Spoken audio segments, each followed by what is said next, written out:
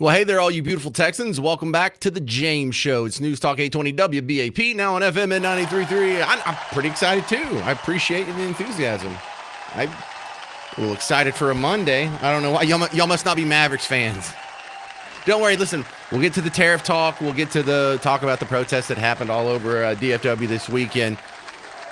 But right outside of our studio, where we're at right now, they have an extra dude on guard next to the Nowitzki statue. Did you see that, Trina? They have some poor guy. When I was walking to lunch, they have some security guard because people keep throwing stuff at it. And I was like, and so I stopped and talked to him for a minute. I was like, did anybody spray paint anything? He's like, no, people just throwing their jerseys and trash and stuff up here.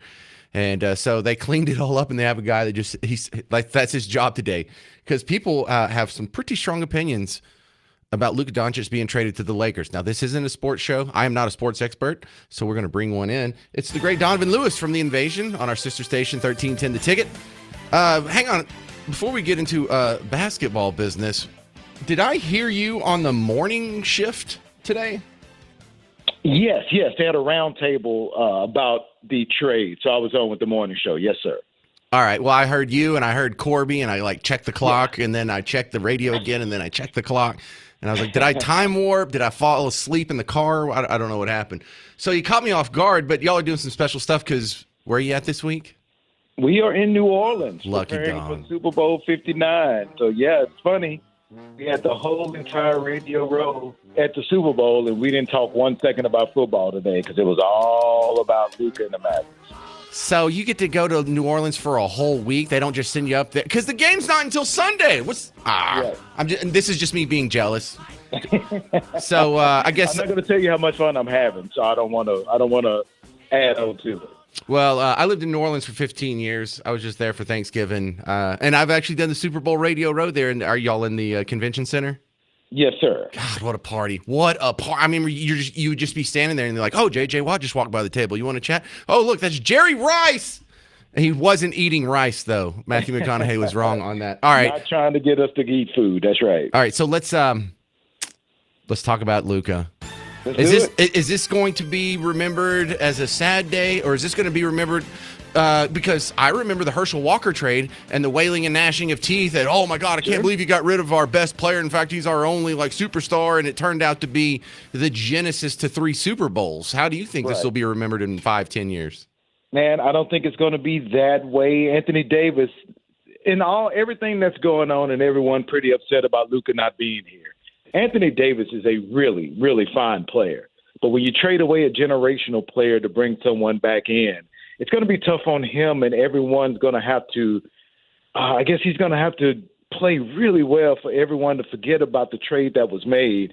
But if you talk about 5-10 years down the road, I'm going to have to say that, yeah, we're going to regret this because I feel like a Luka-led team in L.A., and they'll do everything that they can to surround him with the talent to try and win a championship. I feel that he can win a couple out there. So anytime he has success in L.A., it's going to feel like a dagger to the heart in everyone in Dallas because it feels like the team was weakened. You didn't get what you could have gotten in return for a superstar like Luka. Anthony Davis is good, but it seems like Luka could have had a better return to help you get better quickly. And that's what management is telling you, that they did this for now and the future.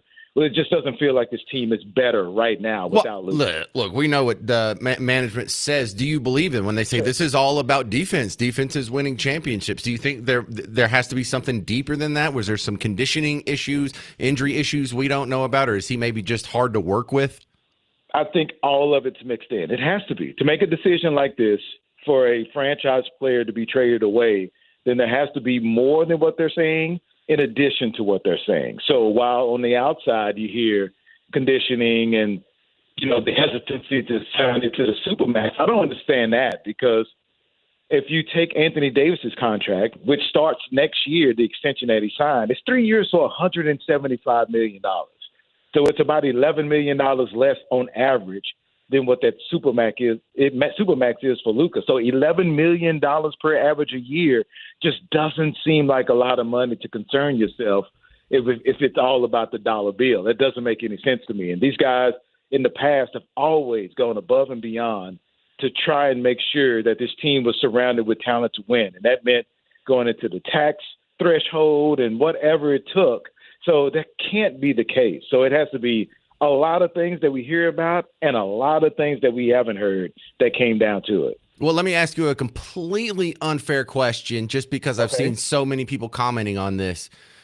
This would have never happened if Mark Cuban was still in charge. Donovan? A, I don't think that's unfair, and I think, and B, that is 100% accurate. I think. All right. Well, there's a hot sports opinion for you right there. Where'd you eat lunch today?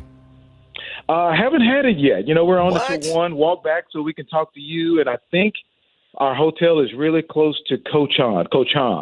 So I think we may go there for lunch. Yeah, either lunch or dinner. I'm not quite sure.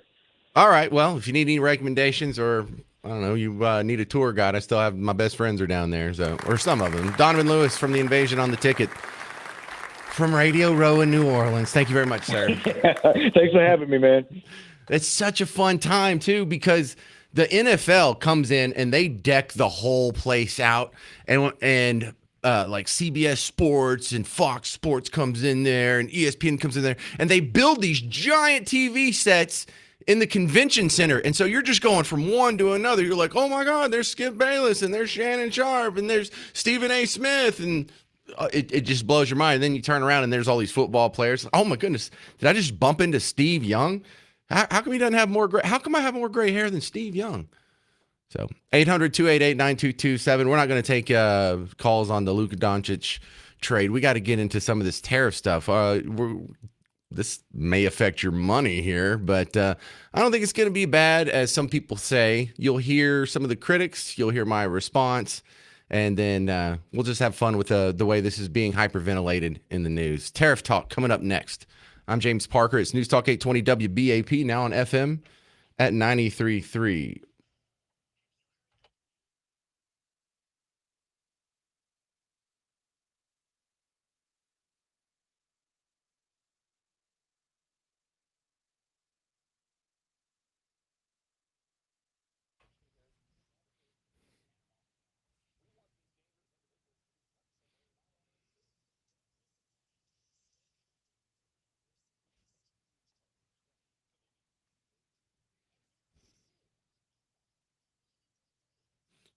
Are you looking for a house? You know, no matter what's going on with the Mavericks or the tariffs or politics or protests, life goes on for the rest of us. And for some of you, you either need to buy a house or you need to sell your house, or for some people, both. Bob, what are Bob Lavelle, Home Marketing Services, has a little insight for you. Bob, what are some of the people who are looking to buy and sell right now? Great question. I mean, you can categorize them, I think, into several areas. For example, people that are looking for that big dog house, the one in the million and up range, 2 million, they're paying cash and they're buying right and left. They know that now is a great time to buy, and they're paying cash for it because the house is going up in value a lot higher than their bank accounts or trust in the market. For the regular folks, you know, the you and me's out there, you know, people that have set aside a little bit of cash, maybe they're going to use their 401k because, again, a house is going to do better for them usually than what the stocks might be doing, a little safer. So they're buying pretty heavily now.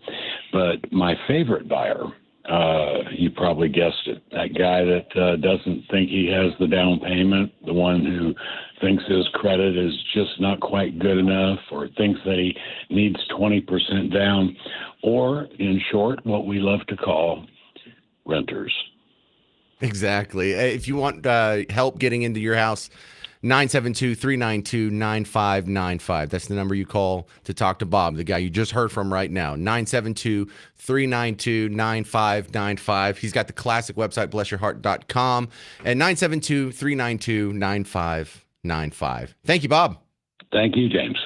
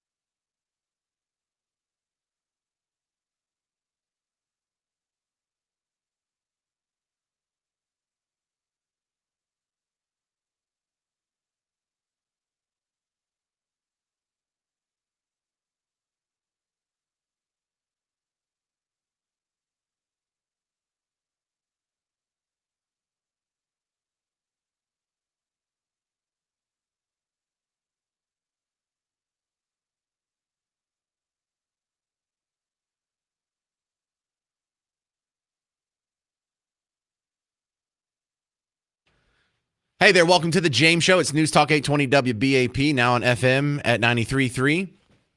Well, the big story today is tariffs, and rightfully so. I know it's not sexy. I know it's not like hot and trendy and cool. It's not like sports or sex or rock and roll, but it's something that affects your wallet, affects your money. These economic issues have impacted your life far more than whoever won the Grammy last night for whatever the heck else, and whether or not you could see some slippage or see-through dresses or whatever. This is the stuff that affects your bank account. And the media pull on this it's so hacky, but it's fun to see when you apply hacks, like political hacks, people who are so biased they can't see straight, and you put them in a non-subjective setting. Like the Grammys, anybody can say, well, that was the best album of the year. Well, that wasn't. Beyonce totally deserved that. I don't think she did. That's all subjective. You can't really prove anyone right or wrong. You come over here into the nerdy world of spreadsheets and tariffs and taxes and economics, and these people just clown themselves constantly. And what I find particularly enjoyable about the tariff stories in the news and how it's being covered is how much they are totally destroying their own economic principles like the other 364 days a year. If you're not like a deep economics nerd, imagine Marilyn Manson quoting the Bible to win an argument. It's what the economic comparison would be. So I think I can describe this for you. So let's start out with how so many of the people who are criticizing Trump's tariffs, the MSNBCs, the CNN, the Good Morning America, they're right in two ways, but it's two huge ways. Number one, yes, you're right. Increasing taxes on something, and a tariff is just a tax on imports, increasing taxes on something does either make it more expensive, maybe less abundant, or both.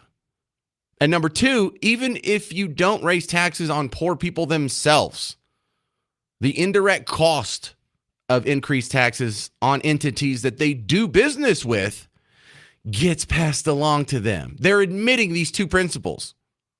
All right, so what does that mean in all these other facets? Well, hang on. Since tariffs are just a tax on imports, it is a legit argument to say that it'll otherwise lower the standard of living for anyone who buys those imports, right? So that's the formula we're working with. They either buy less of that product or buy less, they have less money to go buy other things. So if it just does that tax on imports, what about other taxes? Well, same thing. And that's huge. Now, taxes come in all kinds of different names, like a fee.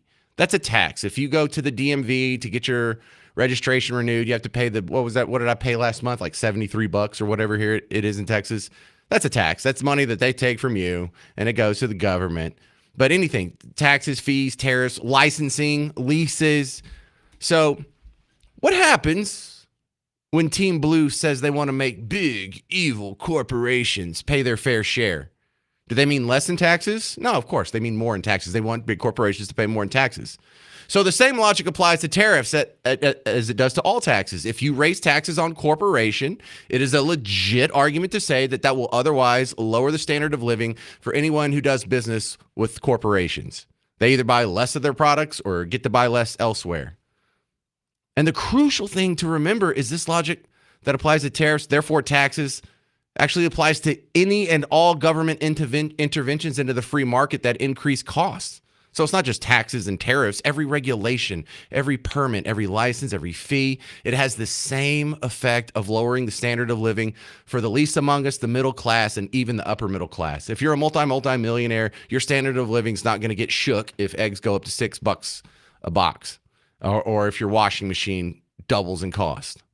But for the rest of us, the least among us, poor, middle class, and even upper middle class, this is a big kick in the teeth. Here's the kicker. That exact same logic and rule applies to inflation. So all you people that are upset and admitting that tariffs will lower the standard of living for the least among us, so will inflation. Are you concerned about balance in the budget? Where's that package? Where's the scaremongering about that? Why don't you go find some people to stick a microphone in front of and look, this is just a poor single mom and I don't know how to get bucket. It's the same thing. Congrats. You're now philosophically bound to free market economics. Well done, guys. You just accidentally admitted that I'm right this entire time. I mean, not I didn't invent it. Adam Smith was right this entire time. So I hope they followed their own arguments and they start demanding tax decreases, I should say, for corporations for the same reasons. Remember when they wanted to raise taxes on corporations? What were you saying? What was I saying? What were other people on WBAP saying? That is going to lower the standard of living for the least among us, unless you don't do business with Walmart. But follow that. If that logic does apply, and they are admitting it here with the tariffs, then the next logical step you need to be pushing for a decrease in taxes across the board, maybe even getting rid of the income tax. Because what do you get if you have income tax? You get less income. It works everywhere. You should be demanding a purge of licensing requirements, a slashing of regulations, the elimination of giant federal agencies. Basically, everything Doge and Elon Musk and Donald Trump are doing right now. This is what you should be asking for. You should be asking for a decrease in health inspections and building codes and gas tax, property tax, Medicare tax. Basically, everything but a luxury tax has this effect. Even those little stupid fees on your cell phone bill that just kind of add up. You should be asking for the end. All of those have the effect that these people who are so concerned about the tariffs. Same rule applies to these. You're not concerned about that?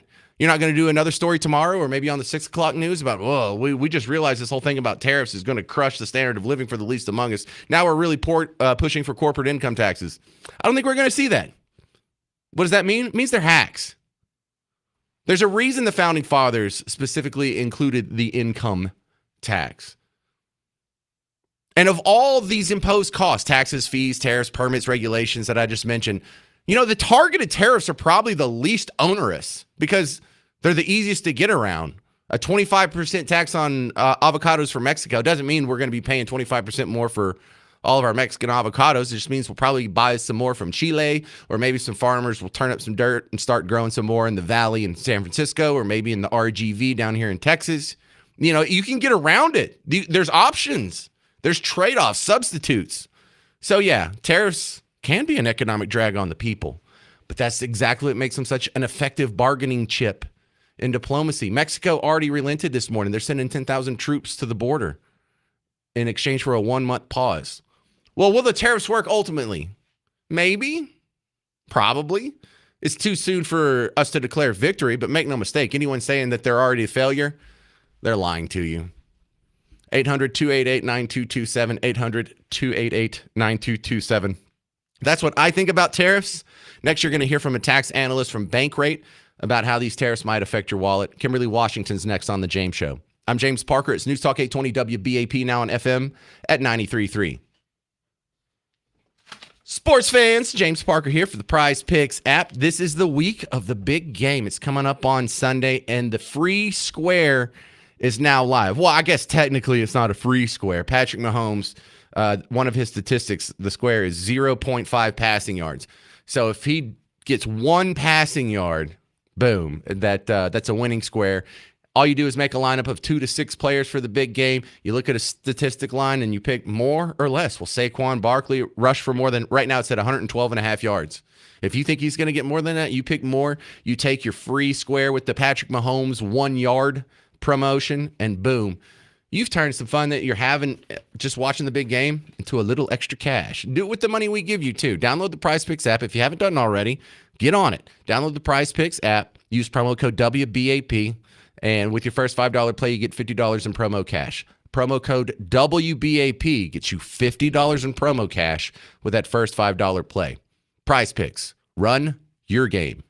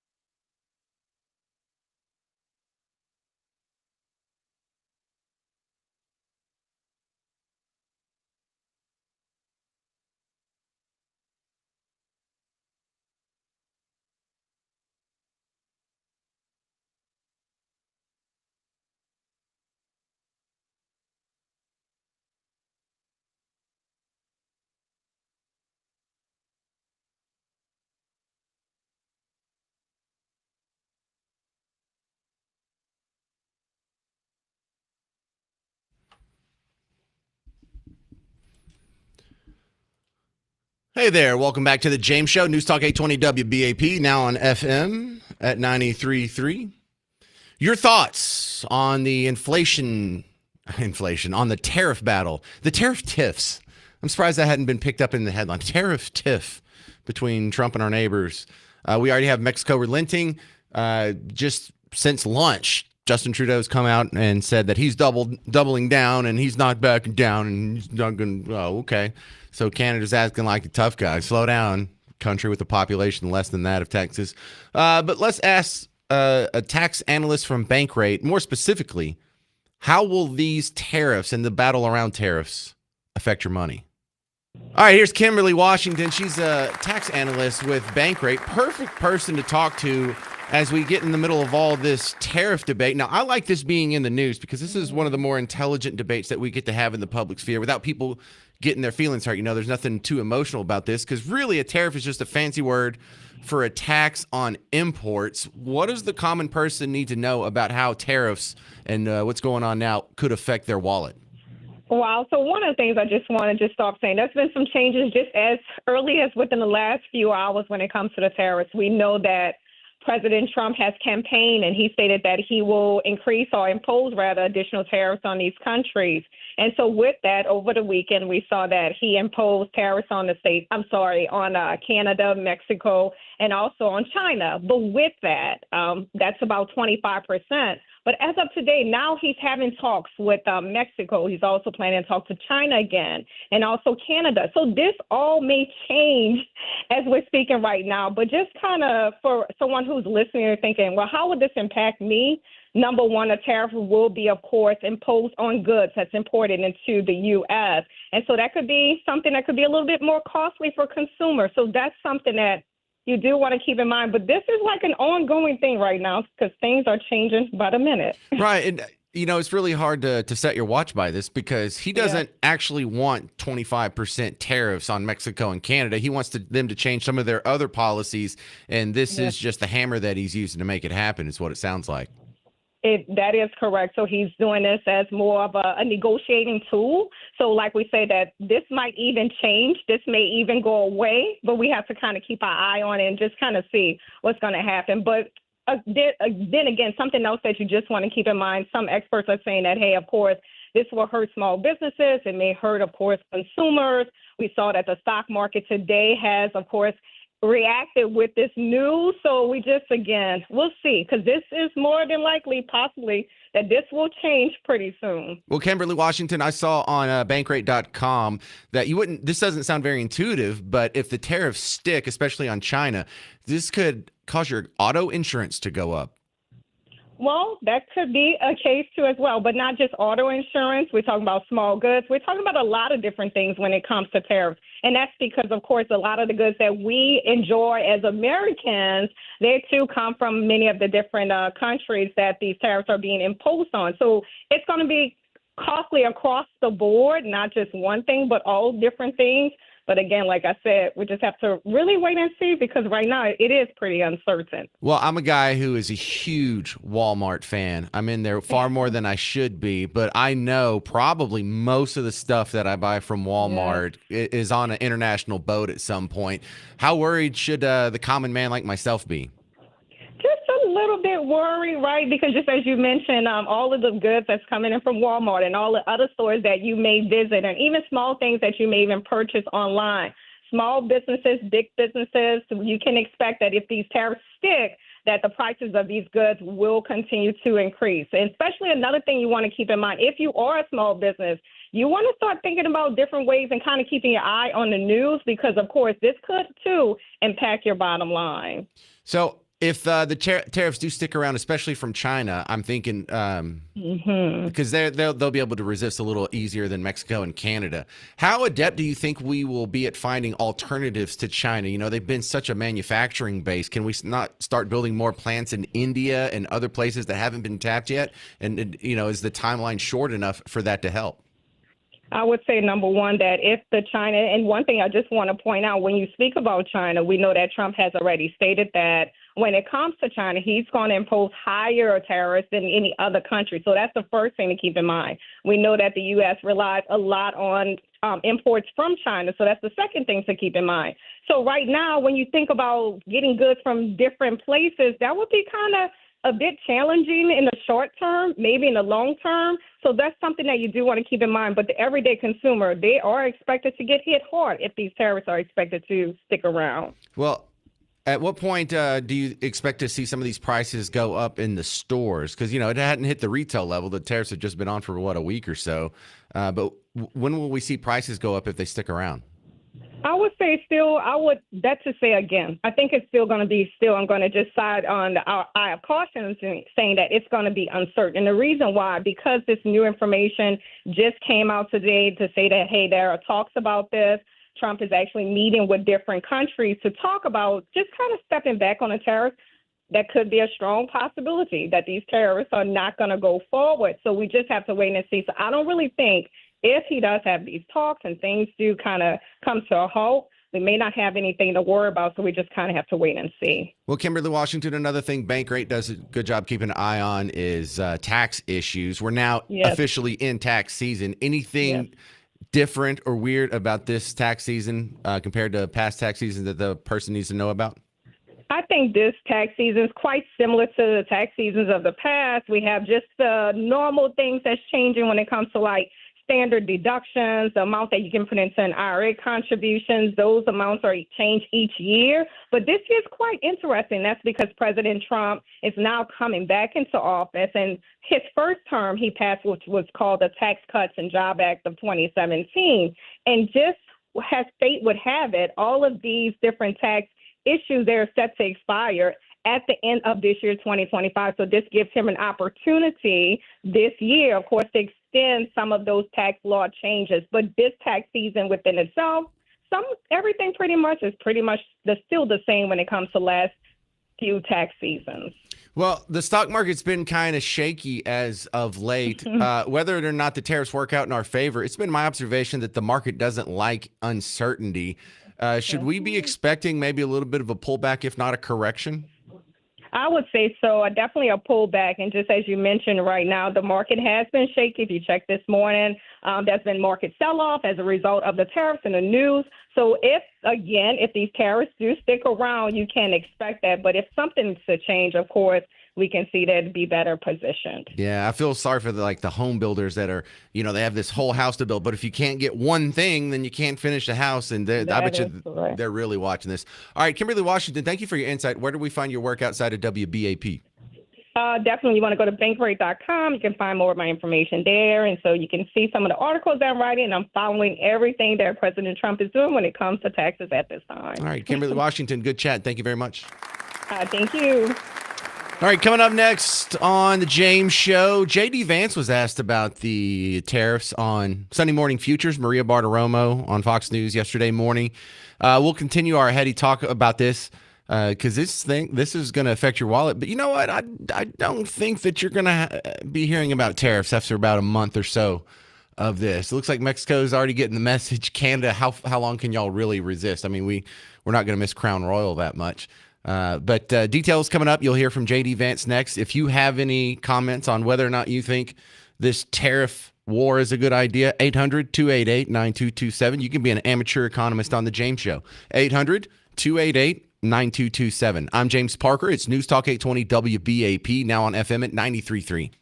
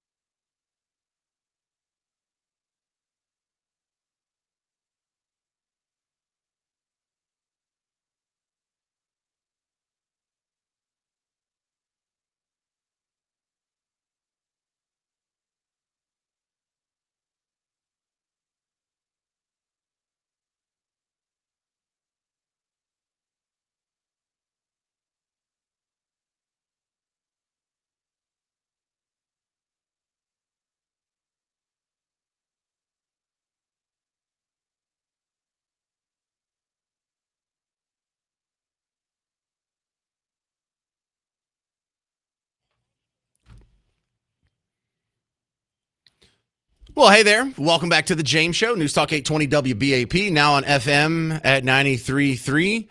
Stick around. We have a lot of good show coming up. If you're going to be here around the 4:30-ish segment, we're going to play Dead or Alive for 2 tickets to the Totally Tubular Festival. Actually, I remember didn't we do this last year?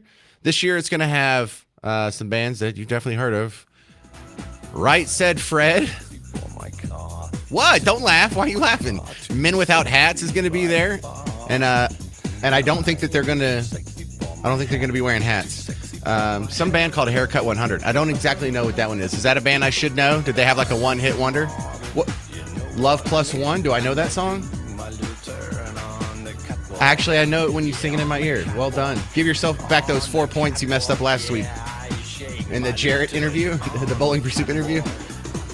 Yeah, because that's what people think of when they're like, where can I get to the heart of the Right Said Fred audience?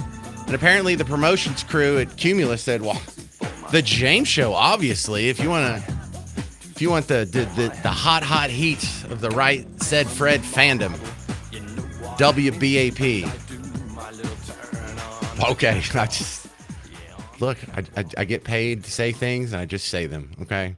Back to news that affects your wallet. I enjoy watching the fact that tariffs and the tariff talk and this economic discussion that's borne out in the public sphere. I like this. I find this so much more satisfying than, whether or not WNBA players are underpaid or where people who are confused can go to the bathroom and all these other, so many of the things that the headlines are so wrapped up on, I just don't find important. This is super important. This actually affects your wallet. This is why you got a raise, but you have the same standard of living over the last 5 years. So J.D. Vance was asked about this by Maria Bartiromo, Sunday Morning Futures, on Fox News early yesterday morning while you were getting ready for church. Here's a piece of that interview about tariffs. These tariffs will go into effect tomorrow. Yep. 25% on Canada and Mexico, 10% on China. Are you expecting retaliation? We'll see what happens, but I think, unfortunately, the retaliation has already happened. The problem with this whole idea that they're going to retaliate is they have already been taking advantage of America for decades. The retaliation is Donald Trump saying no more. We're not going to be taken advantage of anymore, and I think it's important the president is doing what he's doing. Yeah, okay, so we have the gauntlet being set. He didn't. It's not like Maria Bartiromo was baiting him. She was a somewhat friendly interview. But I just want you to remember those words. If you're flipping through the news, you're going to hear people just histrionic about how these tariffs are just going to crush the least among us. And we've already exposed how, you're not especially wrong. I just wish you would recognize these same economic principles and all other facets of taxation and regulation. But also, how do these people still have a job, right? If you were this wrong at your job over and over, would you still have it? Because even when you get out of the other, like, sexier headlines, like a Jussie Smollett or something, even when it comes to just like economic predictions and economic headlines, these people's records are terrible in the legacy media. The same people telling you right now that Trump doesn't know what he's doing. He's about to wreck the economy. He's going to send us all into his tailspin, and he wants to destroy it. Why? I don't know. Probably to hate, because he hates minorities and baby Jesus. I don't know. But remember, for all the people saying Trump's tariffs here will be devastating, look at how their other policy predictions worked out. Did the Inflation Reduction Act from Joe Biden, did it reduce inflation? Because these people told you it would, and then inflation went up, and it still hadn't gone back down to where it was before the act was passed. So no, you guys were terribly wrong on that. Why would you trust the people who are wrong on that to be right about this economic move? When they told you that, we had to elect Joe Biden because Donald Trump's going to kill the economy. Joe Biden can rescue the economy. And then we walked face first into a recession. These same people who are telling you that the Trump tariffs are a terrible idea were the same people that said a recession's not going to happen. And even when we did have 2 consecutive quarters of negative GDP growth, they just changed the definition of recession and be like, see, we were right. No, you weren't. People are terrible at economics. Did the Trump's tax cuts in 2017, did it hurt the economy? Because they said it would. Did it reduce revenue to government? This is going to blow a hole in the deficit. No. Revenue went up. They said the opposite. And you can just go back. Go back. We did Biden's big economic policies. We did Trump big economic predictions. Even going back to Obamacare. Did his economic rescue plan keep the unemployment under 8%? No, we passed it and it went above 10%. The media, the news, the same people telling you bad things about the tariffs now were wrong about that. They were wrong about Obamacare reducing the cost of health care. They said it would. They were wrong. So if they're telling you, if you can turn on MSNBC or really NBC, CBS, ABC, Good Morning America. I watched a Good Morning America segment this morning that just had me howling laughing. Don't worry. If they're telling you the Trump tariffs are going to destroy the economy, then we're about to be headed for the Gilded Age. We're about to have streets paved with gold because these people have been so wrong, and not just like a little off, like 180 degrees in the wrong direction about everything economic. I marvel how they still have their job, and I marvel how they haven't just changed their worldview at some point going, man, sure it does suck being wrong about every prediction I make in the economic sphere. Maybe I should change my worldview. No, don't change it. Just keep being wrong. We'll keep making fun of you. 800-288-9227 if you got any comments on that. We'll talk to Spencer McGowan of Net Worth Radio on what he foresees the economic impact. Someone with a much better track record of economic predictions is coming up on the James Show. Also coming to town, Luke Bryan is going to be at Dos Equis Pavilion June 20th. He's one of the contests we have going on at WBAP.com, or you can text the word SONG, 800-288-9227. Text the word SONG because it's Country Song Came On tour. SONG, 800-288-9227. I'm James Parker. It's News Talk 820 WBAP, now on FM at 93.3.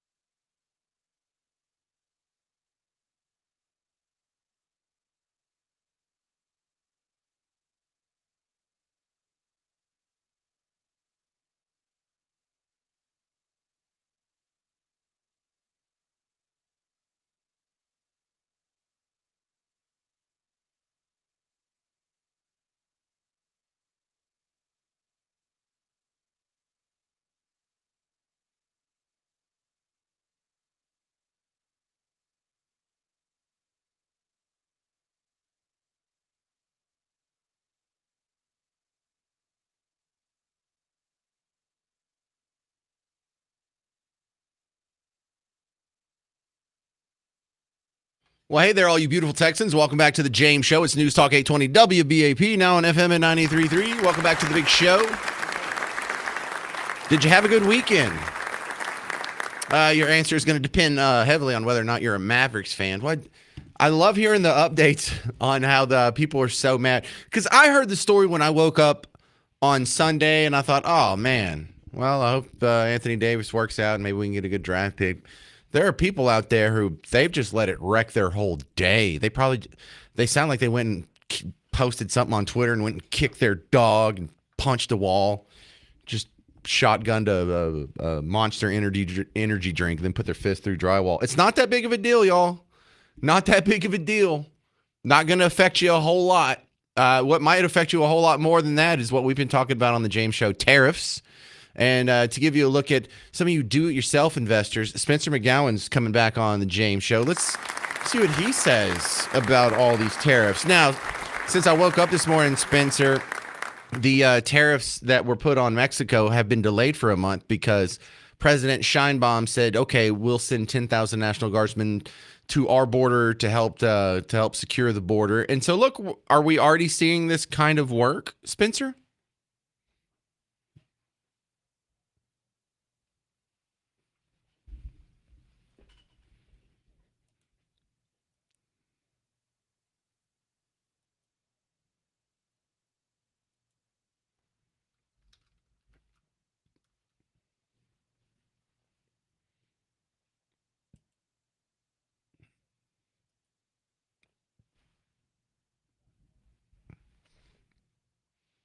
So Canada looks like they're doubling down. Justin Trudeau said about lunchtime that he's not backing down. What do you think that's going to do to us?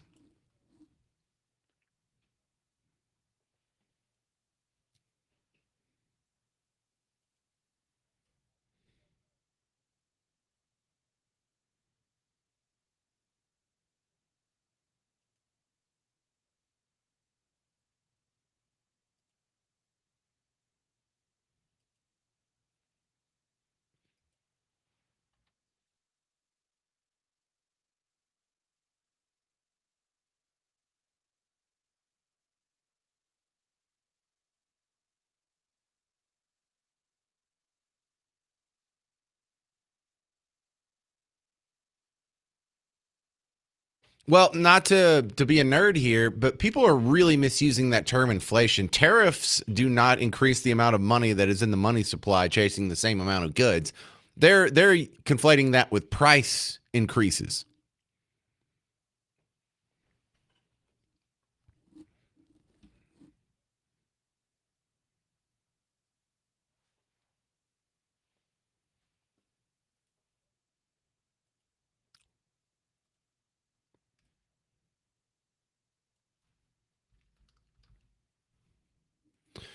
Yeah, and well, the uncertainty is also going to be an issue because now the tariffs were on for a couple days. They got paused today. They may be back on after a month, and I don't expect. I don't see how Ream just sits quietly through and does nothing through that. So this is going to be tough for the businesses that are affected by this. Will it hurt the people listening?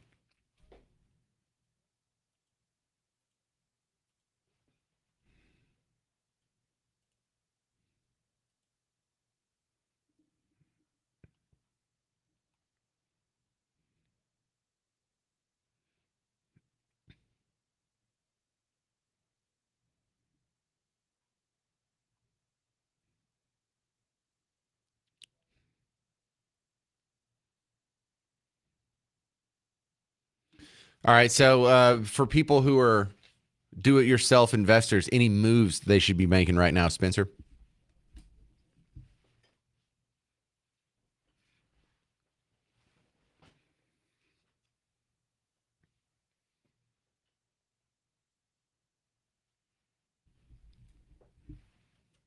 Well, that assumes we have cash on the side.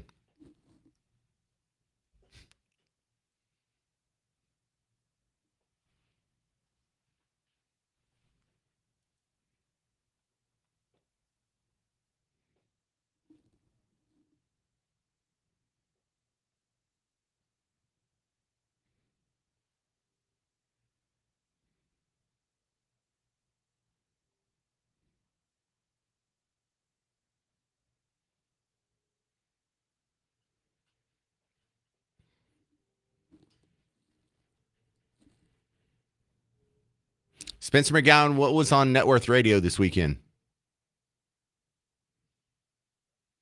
Yeah, the Chinese AI.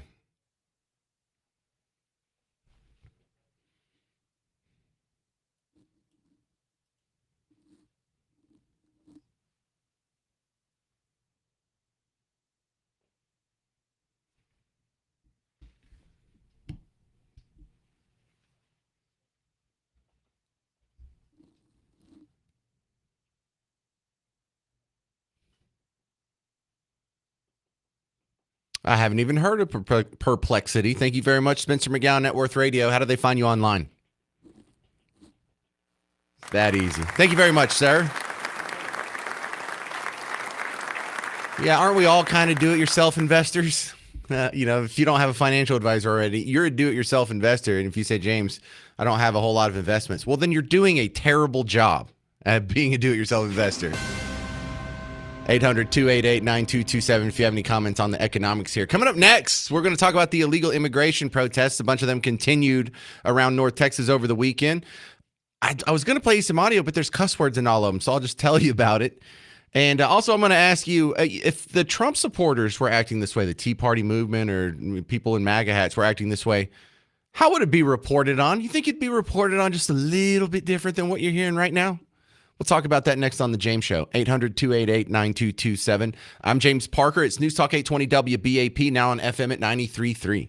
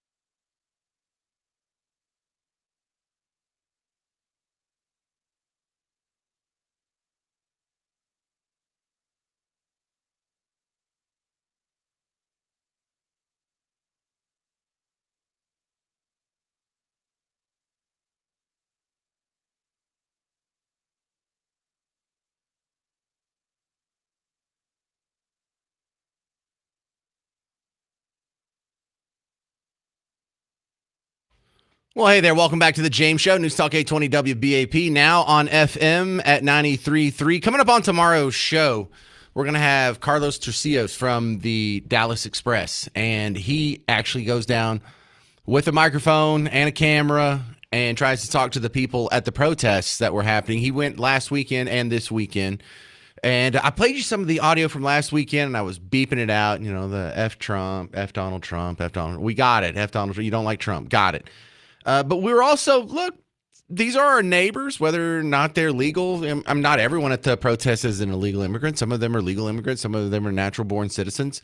So not to paint with a broad brush, but I was thinking maybe give them some advice. Number one, if you want to have a more effective protest, drop all the Mexican flags, drop all the flags of foreign countries, and fly American flags, maybe even Texas flags.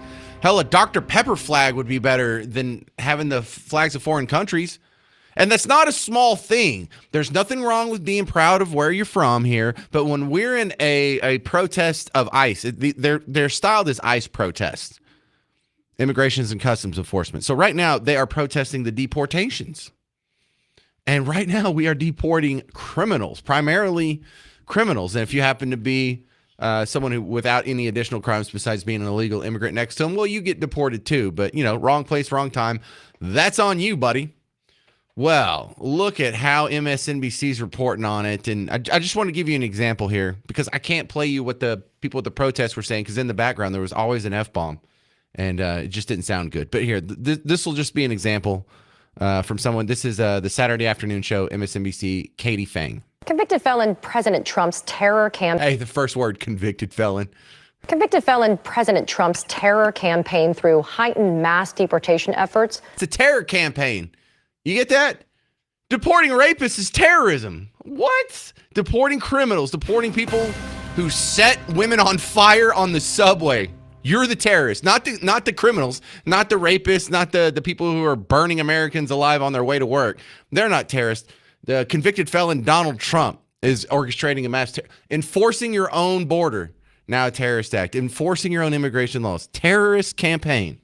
Terror campaign. Really? You couldn't be more hyperbolic. This is why no one believes you. Anyway. Convicted felon President Trump's terror campaign through heightened mass deportation efforts has led to an increase in arrests while deportation flights remain at typical pre-Trump levels. So with more arrests, the federal government has to house those in custody somewhere.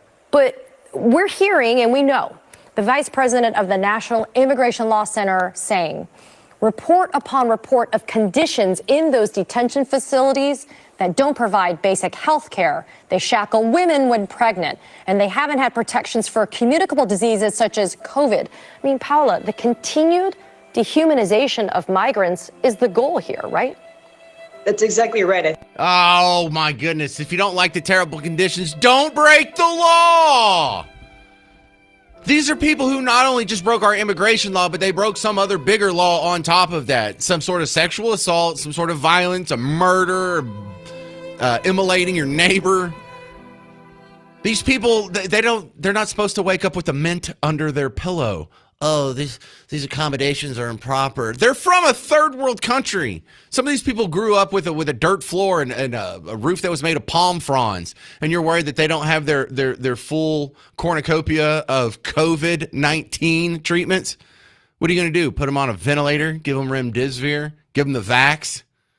That would be cruel if you're giving them the vax. You going to make them wear a mask all day like you did my kids for 2 years in school? Like you made me wear a mask just to go to the grocery store so I didn't die of starvation? Oh, no one cared about how we were being treated cruelly for the 2-year-old on the airplane crying while the mom's forcing a mask to remain on its face and is trying to fight it off. No, that wasn't cruel and unusual. A rapist not having his latest COVID-19 booster 3 years after the pandemic's over. That's cruel and y'all are stretching so hard. Convicted criminal, terror campaign. This is what you got? Oh, well, we can't be doing this. Rapists might not have their full complement of luxuries. I mean, they're just sitting there watching basic cable like monsters. So, did they take any of our advice from last week when the protests were coming out? We were trying to tell them, listen, if you don't want it to look like that your primary concern is the well-being of Mexico and the United States, switch the flags out. But I think that really is the lesson. Let me read you something. Cecilia sent me this on Facebook, and I'm just going to read Cecilia's, but know that about probably 24 other legal immigrants have sent a similar story, but Cecilia's was nice and short. Cecilia says, I'm listening to your show, and as someone who went the legal route to citizenship, spending tens of thousands of dollars and 15 years of my life in the process, the free resources offered to criminals just blanks me off. People like that are the ones who make it so lengthy, expensive, and complicated for those of us who follow the law. Where's the sympathy for these immigrants? Where's the sympathy for the immigrants and how much it costs them and what they've had to go through? No sympathy there. Just sympathy for the ones that break our laws. Just sympathy for the rapists and thieves and murderers and people that are squeezing off rounds into crowds and burning people alive. You know, flying the flags of foreign countries tells all of us you don't have this country's best interest at heart. But listen, once you accept that this is their point of view, the things that they are saying, the things that these protesters are saying and their supporters actually makes more sense. Because they say, you know, you just heard the MSNBC lady, you know, deporting illegals back. That's a bad thing. It's terrible. Housing them, that's a bad thing. Well, is deporting criminal illegal aliens, is that bad for the United States? Or is that bad for Mexico? Oh, that's bad for Mexico. Well, what about having immigration restricted to legal immigrants who have to wait in line and go through the process? Is that good for Mexico? No, that's bad for Mexico. They don't want that. They want illegal, unfettered immigration. They don't want a screening process at the border. They don't want it controlled. That's what's good for Mexico. What about the uninterrupted flow of drugs and human trafficking across our border? Is that good for the United States? No. Is that good for Mexico? Yes, it is. That's fantastic for the interest of people in Mexico. So you're flying the flag and saying things that prove you are clearly not here for the best interest of America or Americans, and you're bragging about it in the streets. Not only are you not winning anyone over to your side, you're calcifying us against you. You are just reiterating and making it impossible for the few people that are still on your side. Remember, around 70% of people in America support these mass deportations. That number's getting bigger every day y'all do this. So thanks a lot. 800-288-9227. Keep doing protests. Keep flying the Mexican flag. Keep protesting the exporting of rapists and murderers. You're doing a great job. Just so good. You're going to do so good in the midterm elections. Just keep it up. I'm James Parker, News Talk 820 WBAP, now on FM at 93.3.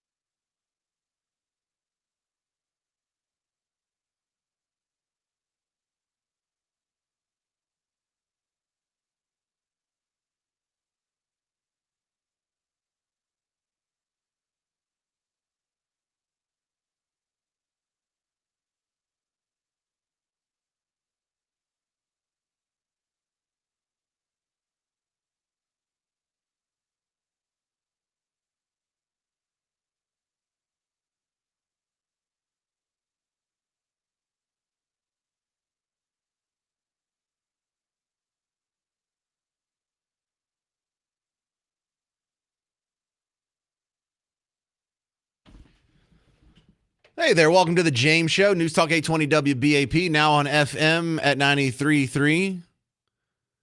Do you know what career catfishing is? My next guest does, Paul Peters, and he knows why Gen Z is doing it so much. Paul Peters, welcome to the show. First off, explain to the people out there, what exactly is this new term, career catfishing? Yeah, it's when somebody is applying for a position, may go through various interviews, and it appears to be very interested in the job. And at some cases, the day one, they don't even show up, and they basically don't respond to any calls.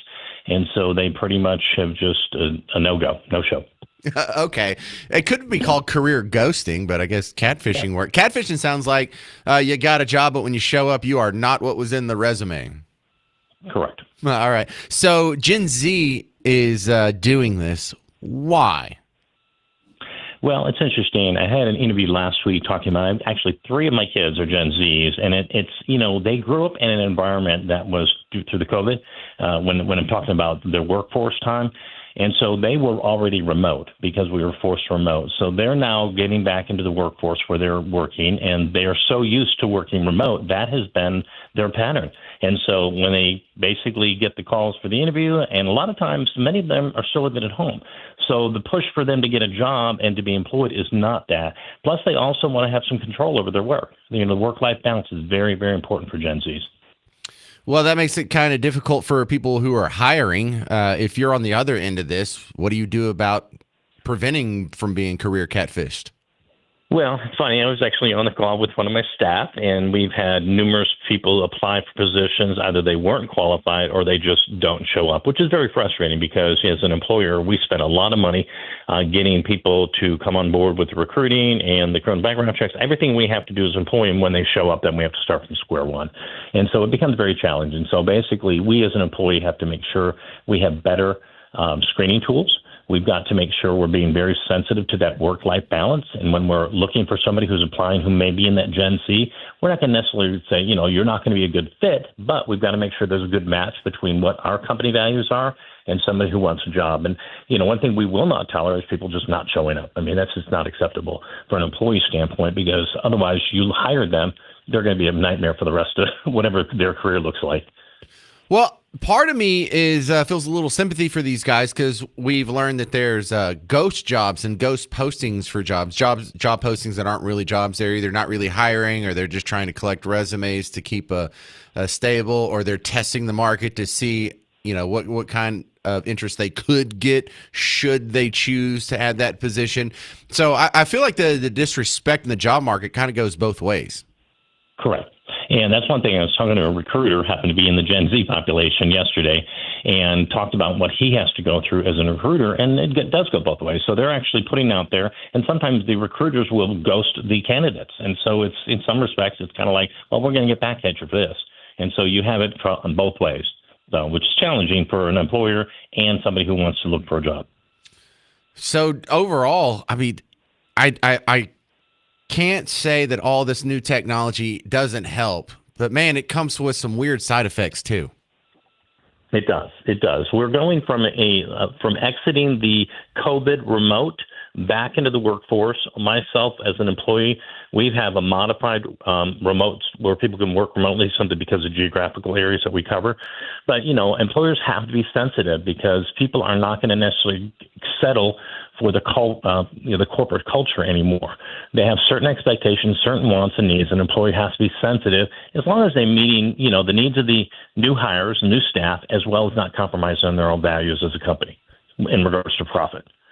Right. Well, look, whenever you have a work base that they're not desperate for the job. This is me being super optimistic, by the way, Paul Peters. That's when you get good advancements in, conditions at the workplace. That's how we got the 40-hour work week. That's how we got all the safety regulations in coal mining or whatever. Is people were like, that I'm not willing to do it under those conditions. And, employers eventually have to relent. Fine. You can have a 2-day weekend. Fine. You can have more water breaks or whatever.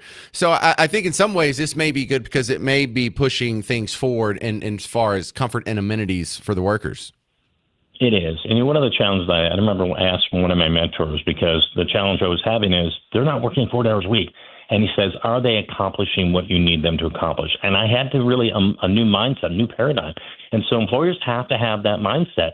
If my person can come in and do it for 20 hours a week and does a great job, that I need to modify a little bit. And that there needs to be some flexibility on that, because you want people not working.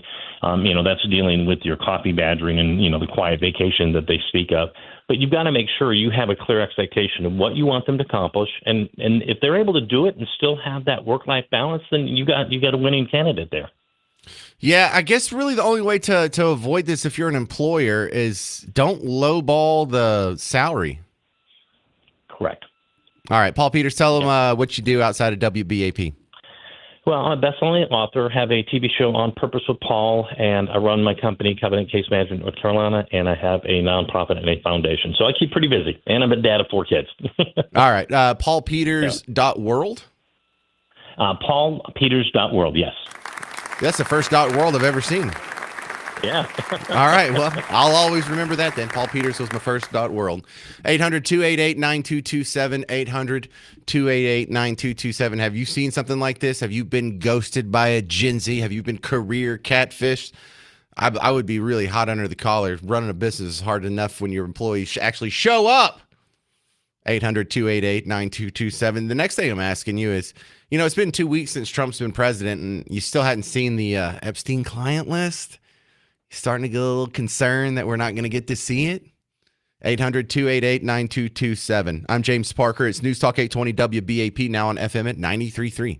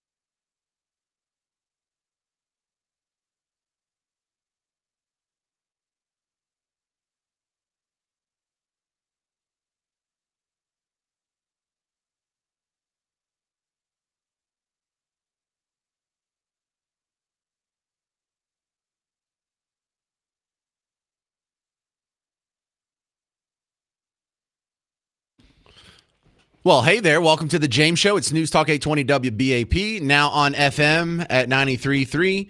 Stick around. We're going to play Dead or Alive for 2 tickets to the Totally Tubular Festival with Right Said Fred. Should it bother me that we're giving away Right Said Fred tickets? We can't give away tickets to something more manly than this? I guess Toby Keith passed away. Kind of running out. Chuck Norris isn't doing a concert? Let's have Chuck Norris go out there and like kick a board. Hey, if you want to see Right Said Fred, it's actually probably a really fun time. Probably a good ratio at the Right Said Fred concert. We'll be giving away a couple tickets to Dead or Alive coming up at 4:35. And since the Grammys were yesterday and you didn't watch them and I didn't watch them, it'll be the Rockstar edition. Well, there's a couple of soul R&B singers in there too, but the famous musicians edition. You didn't watch the Grammys, did you? Did you watch it? No, I know you didn't watch it. Okay, but did you see on your social media, probably your Twitter feed or whatever, Kanye and his wife, Balenciaga, Louis Vuitton, or whatever her name is, something Sinceri. Oh, I forgot her name. Bianca Sinceri. I think that's it. Bianca Sinceri. I should learn it now that I've seen her naked. Good Lord. The Emperor's Has No Clothes is this old fable, but they actually acted it out at the Grammys yesterday. All the people were like, oh, that's a nice outfit. And I'm sure there was some kid going there, she's naked. Oh my God, you can see her bits.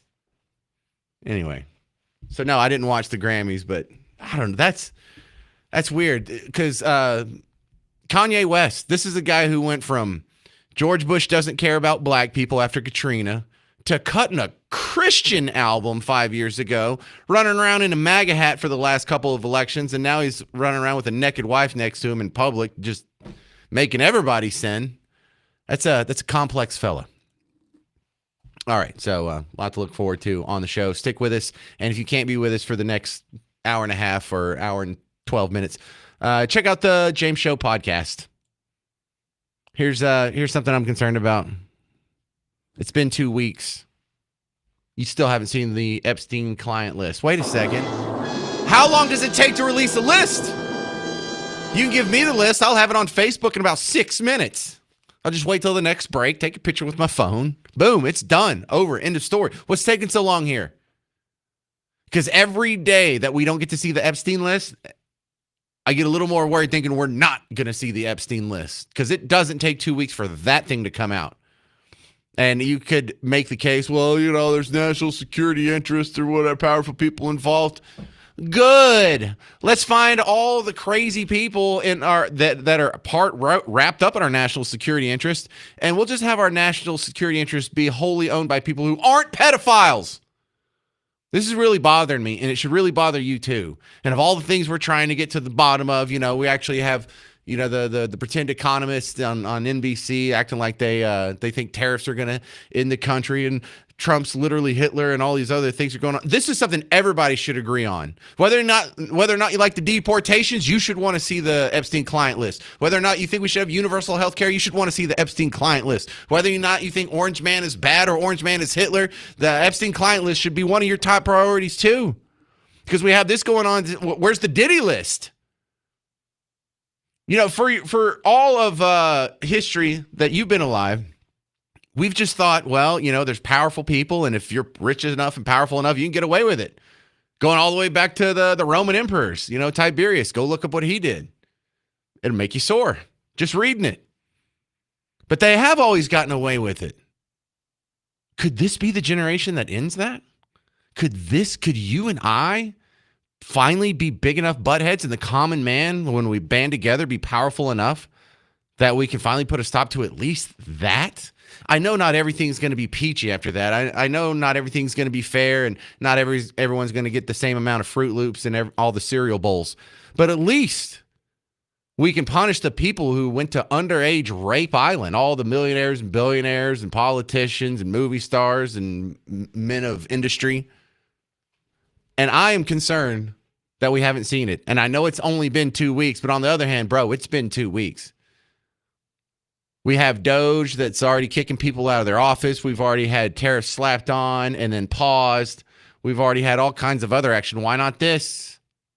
Are we going to see that Or is this just going to fall through the cracks, go by the wayside, and we're going to argue about other things for the next 4 years and miss this glorious opportunity to finally bring justice to people who abuse children? Look, maybe the school choice battle that's happening in Austin, yes, it affects you and me more.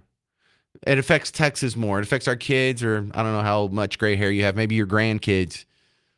Yes, that's something that directly affects you more. The tariff talk, yeah, that can probably have more of an effect on your wallet and your standard of living. But this, if we just sit by while kids are being abused on some island in the Caribbean and we actually have a chance to do something about it and we don't, we should feel pretty damn guilty about that. And so this is me. I can't keep it all up on my own. But let's not let that interest die. If you see one of those memes on social media that are like something clever, and Epstein didn't kill himself, chuckle. Well, I know you're not gonna like actually laugh out loud. Just like blow air through your nose really fast. That's what we all do when we type in LOL. We really just did that and pass it along. Don't let this die. Don't let these evil people get away with it. Because we could really do something magical for the first time in history. And just let the world know that it doesn't matter how rich you are, how powerful you are, even if you're the emperor of Rome, even if you're Caligula or Elagabalus or any of those other crazy bastards. We're not going to let you get away with diddling kids if we can do anything about it. And it just seems like we're so close. We have a list. He already killed himself. Ghislaine Maxwell's in prison. Can't somebody go interview her? Can't somebody go ask her? I'm just going to slip you the crayon and the Shoney's placemat. Can you just write on the back anything that comes to the top of your head, please? God, I hope we don't forget about this list. I hope we get to see it. I'm more excited about seeing this list than the JFK files, probably more so than the UFO files. All right, Kansas fans, not the state, the band. Kansas is coming to the Toyota Music Factory July 20th. With special guests 38 Special and Dave Mason. For tickets and information, go to livenation.com. And we have the contest. They're one of them. Text the word Kansas to 800-288-9227. You'll be entered in our contest for a chance to win a pair of tickets to see Kansas on July 20th at Toyota Music Factory over in Irving. Text Kansas, 800-288-9227. Coming up next, Raven Harrison, the conservative warrior, on everything Trump tariffs, ICE protests here in DFW, and more plane crashes over the weekend. What the heck is going on? You'll hear from Raven next on The James Show. I'm James Parker. It's News Talk 820 WBAP, now on FM at 93.3.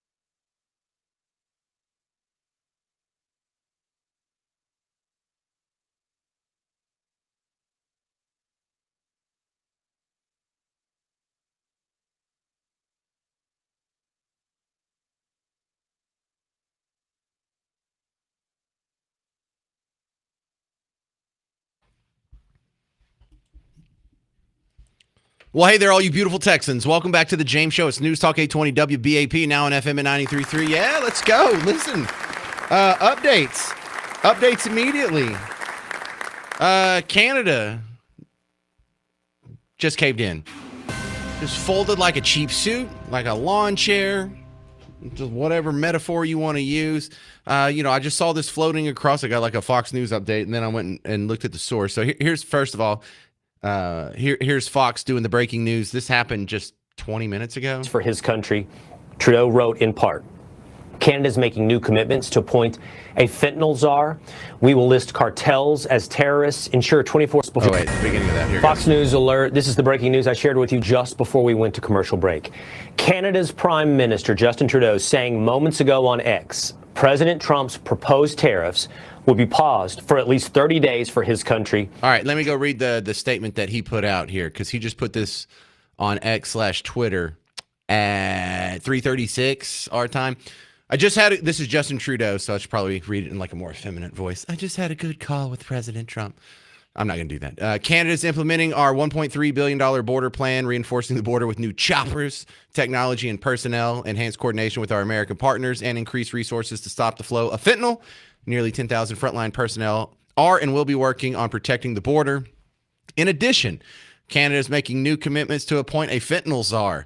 We will list cartels as terrorists, ensure 24/7 eyes on the border, launch a Canada-U.S. joint strike force to combat organized crime, fentanyl, and money laundering. I've also signed a new intelligence directive on organized crime and fentanyl, and we'll be backing it with $200 million. Oh, my goodness. So that's the breaking news. Canada has relented.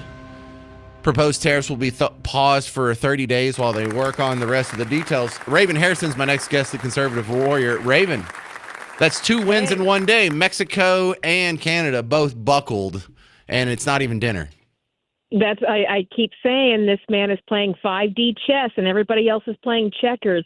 But I'm glad that somebody explained to Trudeau what it means to import 17% of what you use as opposed to 77%. So he was never going to win this, but this is the Trump effect. Winning. Well, I think you're giving them too much credit. This isn't 5D chess or 4D chess or even checkers. This is tic-tac-toe. You can't beat America in a trade war if you're Canada. They have a population smaller than Texas. We're the only country that they possibly border. So what do they think they're going to bully us around? No, they just wanted to huff a little bit about Trump's comment about being the 51st state. But at the end of the day, again, if you don't look at anything else, you got to look at what do we spend to defend Canada. So this is, again, Trump putting everybody, and it's glorious. The meltdowns are across the board. But this is what this man got elected for, and we got to start. Nobody's paying their fair share. Nobody's taking America seriously. Under Biden, we have got to get back to common sense and putting money back in our coffers. Well, the one brilliant thing I like about this, because when I started the show, Canada hadn't relented and Mexico had just relented. But I did a whole spiel on we've gotten a lot of people to admit that raising taxes on parties that you do business with will hurt the poor and middle class the most. And so when they want to raise taxes on corporations, it's the same law that applies. You're putting a new tax on it. So anyone who does business with corporations, their input's going to be higher. Those taxes aren't going to be paid by the corporation. They're going to be passed along to the consumer. And we just have a whole weekend of tape of all these people saying that. Well, we have 2 issues with that. Did anybody else take economics? You have to, the goal is to have these products made in America by American workers. That's what helps bring it down. When we were exporting energy, that also brings it down. I also like to remind people, James, this is important. Poor people don't make jobs. Okay, so they like to say, well, the rich paying their fair share and all this kind of stuff. The rich are the ones who create jobs. That's who we should be incentivizing to create more businesses to hire more people. Okay, but then we have AOC in there, but we have to have a living wage of $6,000 an hour if you can't speak the language. So we have to start putting all these things in here so that we can get all of this. These are moving parts that need to be all aligned so we get this working right. So that's what I would say to that, is to remind people of that. They seem to really beat up on rich people a lot. Do poor people normally create jobs? Well, there's so many things I would like to crystallize just from this economic moment, because like what you're talking about, if you raise the price on imports from Canada or Mexico, then we're going to get less of that. Well, if you raise the price of minimum wage, guess what? You're going to have fewer of minimum wage workers. There's sort of the law of conservation of mass here when it comes to they don't. It's not like they can just print money to throw around. So there's a lot of good wins here, and they're on pause for 30 days. Do you think they'll get unpaused?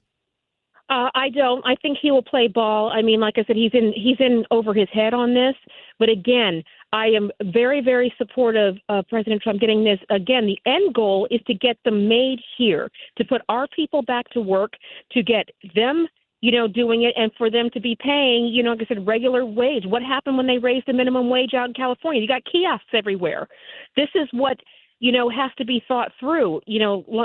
Some of these people are only thinking about half the equation, but that's what we want right now. So, yes, I think they're going to keep it unpaused because Trump isn't playing games. But I want them to remember this. So when they say that they're going to do, shut down the Keystone XL pipeline or shut down offshore drilling or put a pause on leases, you're necessarily increasing the cost of oil, which is an input into the economy. And you've admitted that whenever you increase the cost of the inputs of some product, it gets passed along to the consumers and hurts poor people.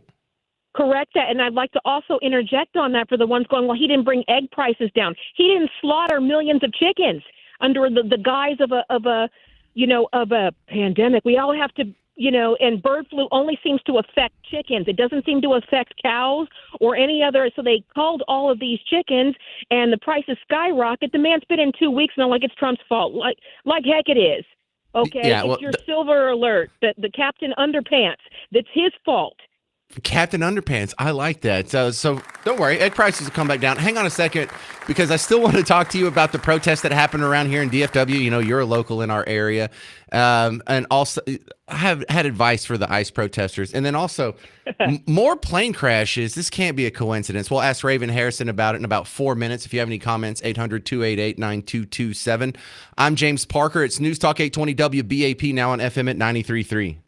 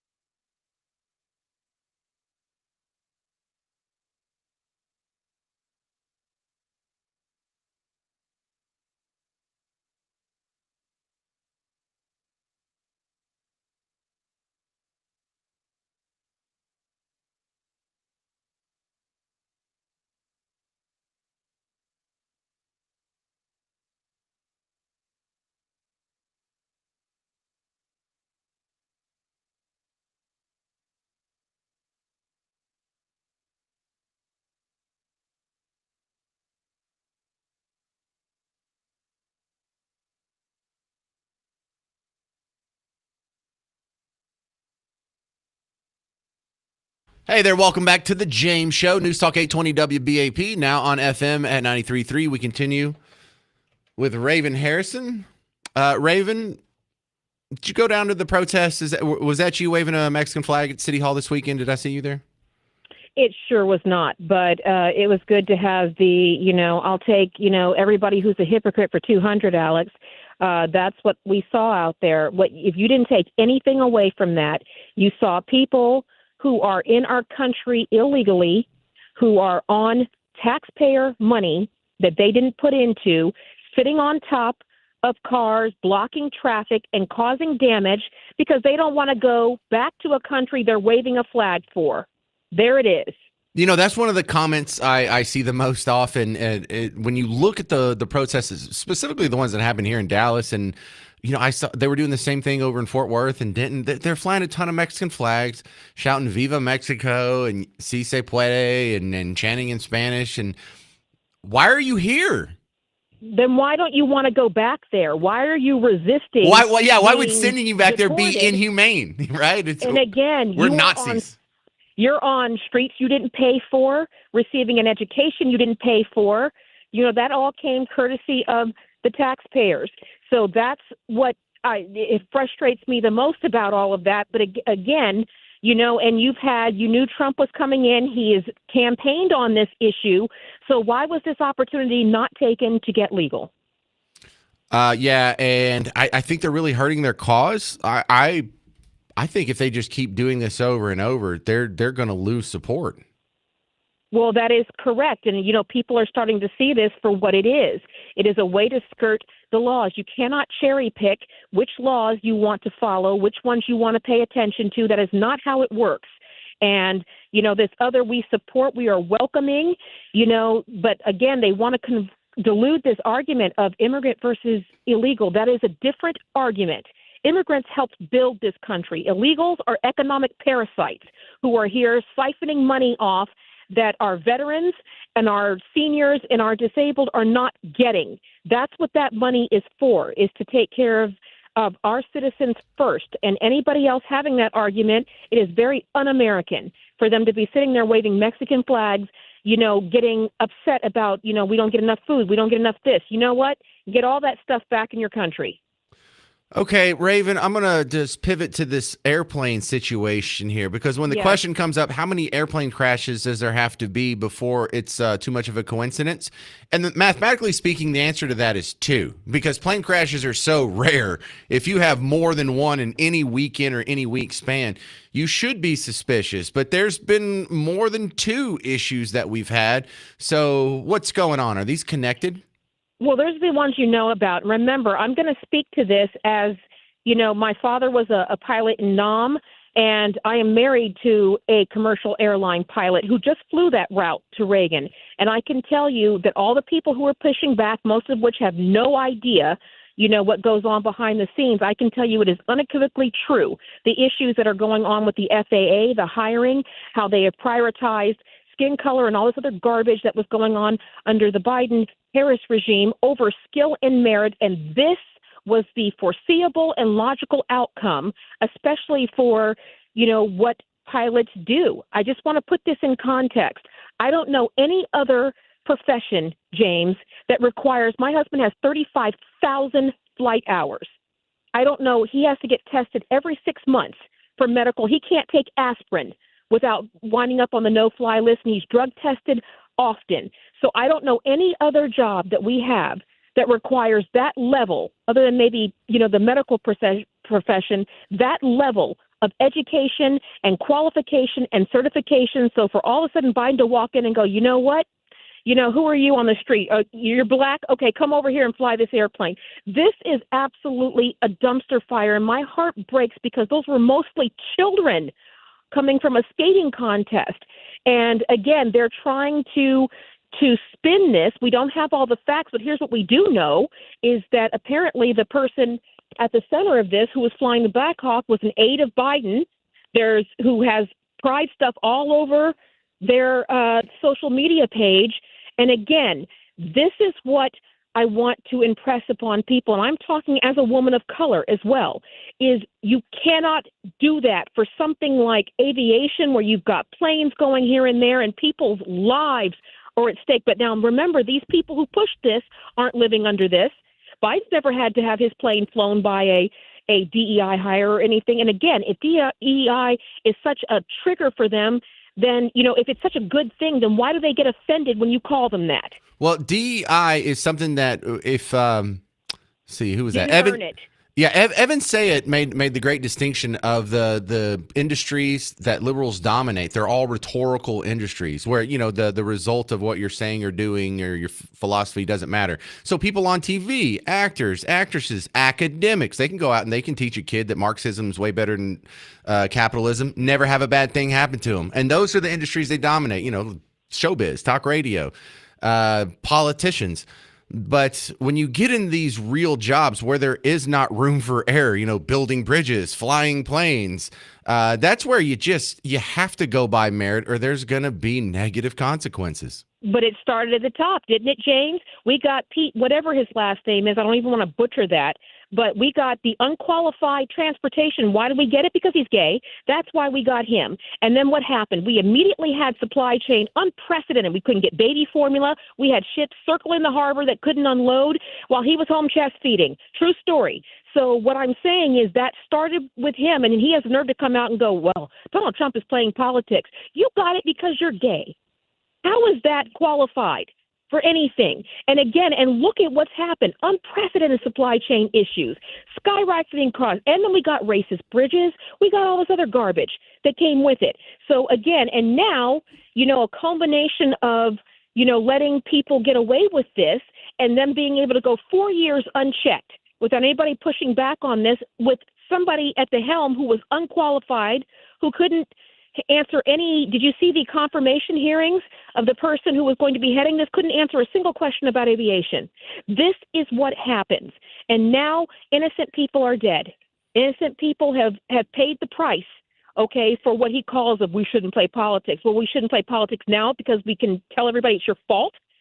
But nobody should have had to die for this. And the fact that they are happening now, they're desperately trying to spin this narrative, but we all know what we're looking at here, which is we have to get back, as my father says, we got to make the main thing the main thing. And that's what we need to get back to, is letting Trump set this right while everybody let the liberals trigger and cry and whine, and that's what they do. It's climate change. No, it's people setting fires out there and having incompetent leadership, but we don't want to talk about that. So what I wanted to impress upon people is I'm reaching out behind the scenes to try to help the aviation family. I mean, they're devastated. What do you say to somebody of saying, well, this person had, X amount of hours, but they've got a pride flag. That's what we want, right? Raven, I love it when you're all fired up. What are you doing now? You were super busy during election time, and I really don't know what you're promoting these days. Well, what I'm doing is I've been laying low for a week. On Friday, we're going to be making an announcement about me jumping back into public office. I'm going to get back on the front line. I'm going to do my part to help set this right. We're going to it's time to fight. Warriors fight. But you can't tell us yet?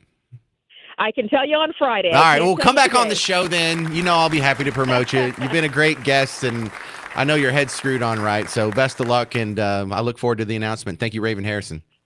Thank you. All right. Your thoughts on that? 800-288-9227, 800-288-9227. Because that really is, like, mathematically speaking, that's my cutoff. How many plane crashes are more than a coincidence? 2. Remember when you had the 2 where they crashed on takeoff and Boeing had to redo their whole automated takeoff simulator or system or whatever it was? Right. That's all it takes. 800-288-9227. Because my question is, with all that's going around, whether or not you believe it was DEI or they're connected or something's going on, does this make you just a little bit more nervous about flying? 800-288-9227. I'm James Parker. It's News Talk 820 WBAP, now on FM at 93.3.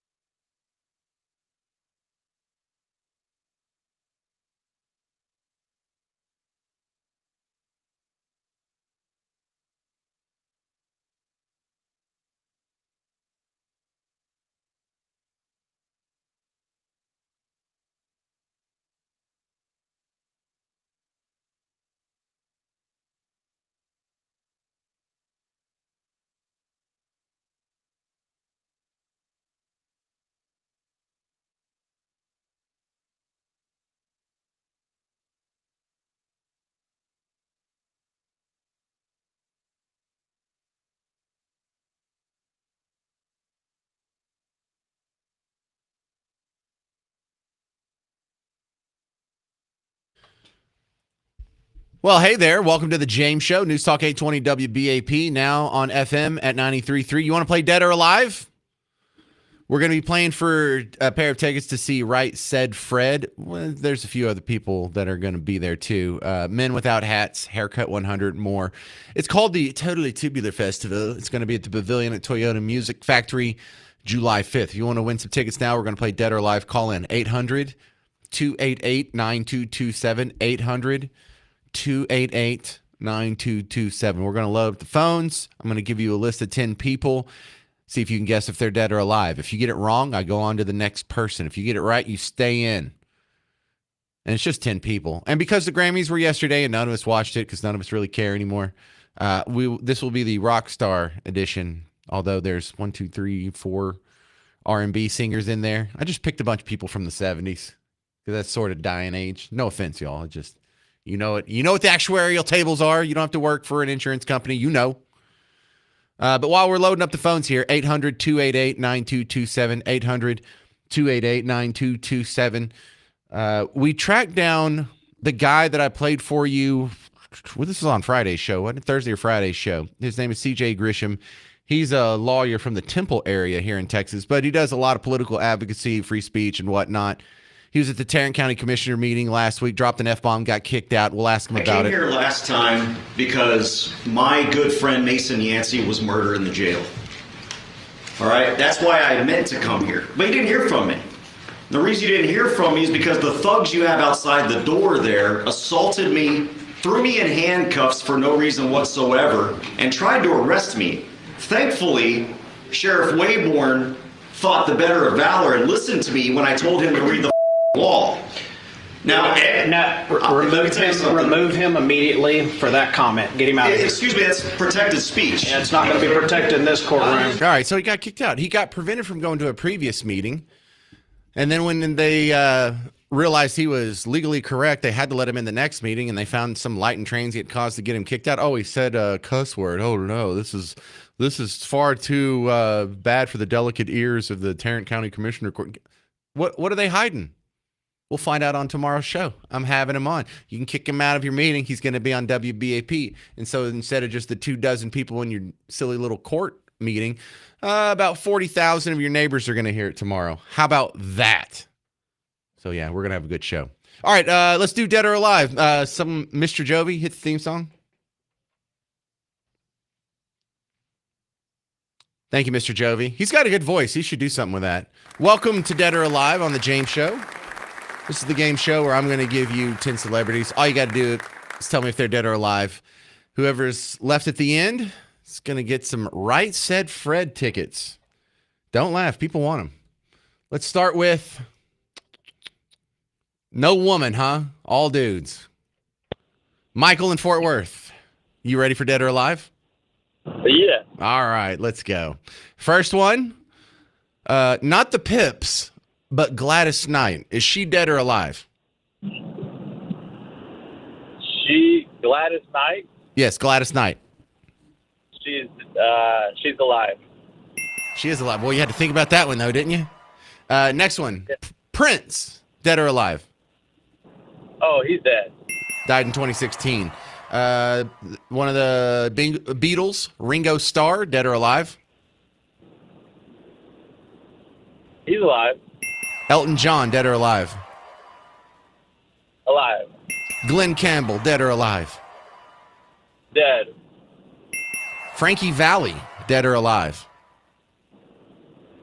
Dead. No. He's alive. He's 90 years old, and if you go look up his concerts on YouTube, they just have him out in Vegas doing some residency where he lip sync. He doesn't even sing anymore. Like, he'll say, "Hey, thanks for coming out," and then they'll start the song, and it's the whole track, and he's just sort of like like his mouth doesn't even match. It's wild, dude. Thank you, Michael. I appreciate it. Dave in Flower Mound, you're next up on Dead or Alive. You ready? I'm ready. The godmother of soul, not even married to James Brown. Her name's Patti LaBelle. Is she dead or alive? Patti LaBelle is alive. Yes, she is. 80 years old, looking great. Freddie Fender, Texan Freddie Fender. Is he dead or alive? Freddie Fender is dead. Yes, died in 2006. Olivia Newton-John, dead or alive? Olivia Newton-John is dead. Yes. We got one more. Al Green. I'm so in love with you. Is he dead or alive? Al Green is dead. No, he's not, actually.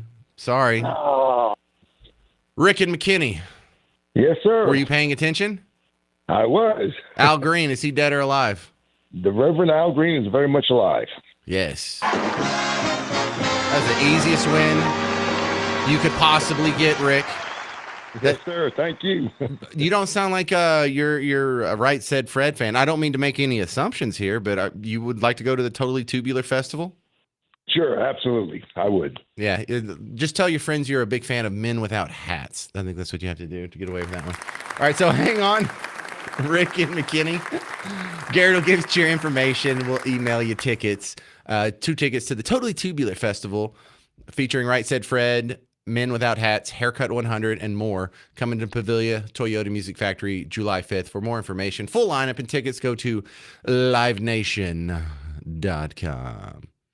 All right, coming up next, the DNC has a new vice chair, and it's a silly little advocate guy that we've been making fun of for years on the James Show.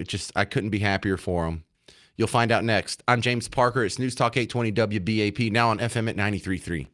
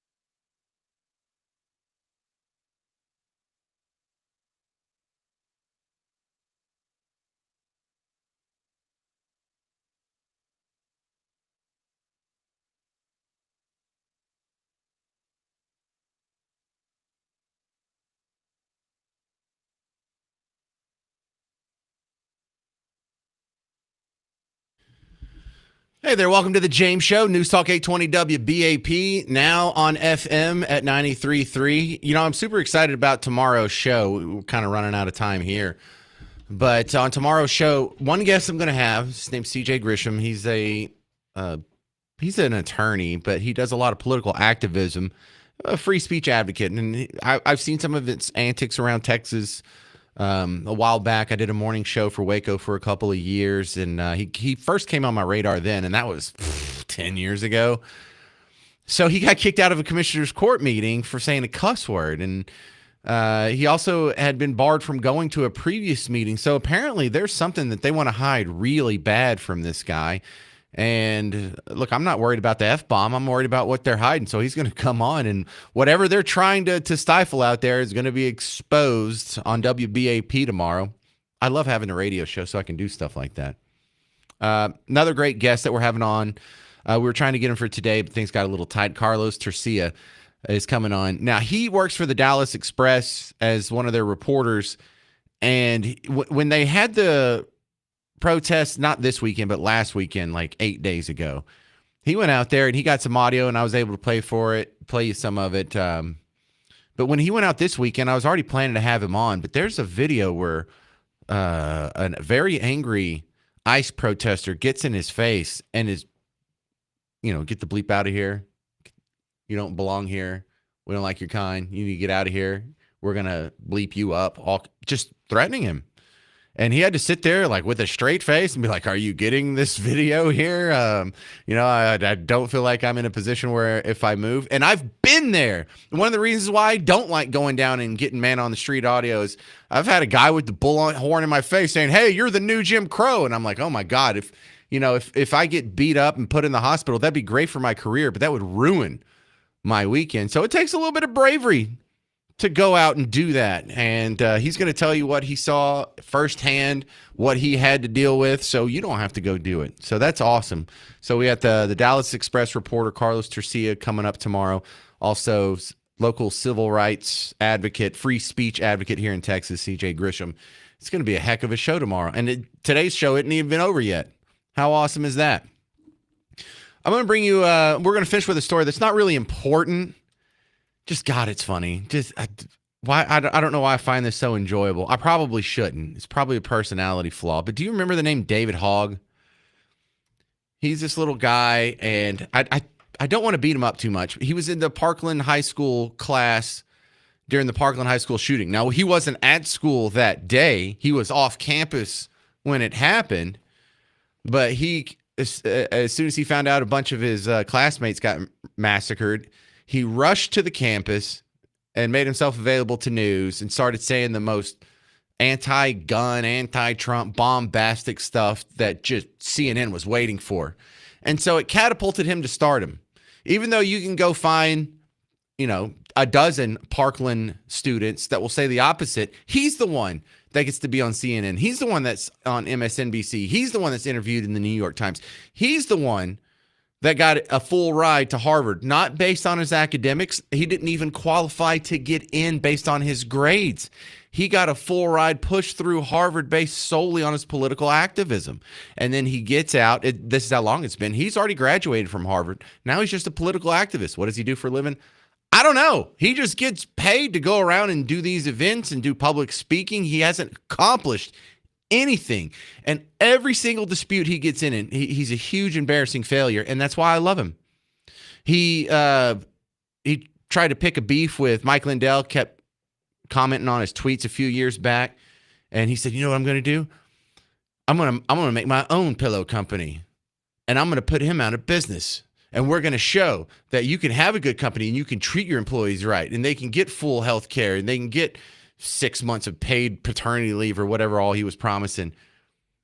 How's his pillow company doing? You hear about that one? Did you get a David Hogg pillow? Oh, no, that's right. He couldn't make it work because apparently he just found out it's not that easy to just have a good idea and I'll go make pillows and sell it and I'll be a millionaire. No. You need a factory, you need employees, you need startup capital, you need materials, you need to be able to source these materials. Do you know where to get a bale of cotton, David Hogg? So that's just another example. He's a really big gun control advocate. He accepted a debate with this guy named Dave Smith, who in libertarian circles, we all just love him. He's a reformed stand-up comedian. He still does stand-up comedy, but he's more political now. And he just mopped the floor with him. Did that end his career? No. Now he is the vice chair of the Democrat National Convention. The whole thing, the DNC. He's their new vice chair. This was his speech that got him in when they had their meeting over the weekend. This little weenie is now their leader. And this is the outreach you're looking for. By the way, if you don't know what he looks like he's maybe 5'10". He's pretty tall, but about 150 pounds. Like when Easy said Snoop is 150 pounds when you're wet and wearing boots. That's David Hogg. Anyway, here he is. How are we doing, fellow Democrats? Are you ready to get back to winning? That's not loud enough. Are you ready to get back to winning? Because I'm ready to fight for you. After Parkland, our country was in a similar moment. All right, policies. Do you have any policies? We had a Republican trifecta in Washington, and we, as students, were told it wasn't going to be possible for us to create change by many of the same pollsters, pundits, and consultants I've heard you all complain about with me on the phone with several hundred times. But guess what? We didn't listen to them, and that's why we won. In a Republican state, we said we are going to take on the NRA, and guess what? We won. We raised the age to buy a gun in Florida to 21 and passed a red flag law that's been used over 19,000 times. A law that has been so popular, not even Ron DeSantis has been able to repeal it. We got Republicans on the defense because we went on the offense. Are you ready to go on the offense? Heck yeah. Come on. Just please run on gun control. Run on DEI. Why don't you just bring masks back while you're at it? Why don't you just, dude, you'd be better off running on lawn darts. So we're going to have a good, next midterm election. It's already, they just can't stop getting out of their own way. I'm happy about that. David Hogg, please make him the chair of the whole thing. That is absolutely fantastic. They have a deficit with men, specifically masculine men. This isn't going to win any of us over. This is just going to push us away. This guy's a punchline, and it's hilarious. And I'm so thankful. Lord, thank you for making my enemy so incompetent and goofy. Lainey Wilson is coming on tour to Dickies Arena September 19th. It's her whirlwind tour. For tickets and information, go to livenation.com, or the WBAP Morning Show will be giving away tickets all week long. So listen to WBAP Morning Show if you're a Lainey Wilson fan. Maybe you can get a pair of tickets from us. Thank you so much for hanging out with the James Show today. Tell someone about my little show. Share my stuff that you see on social media. Find the podcast wherever you're already listening to podcasts. Stick around. Mark Levin's coming up next. I'm James Parker. It's News Talk 820 WBAP, now on FM at 93.3.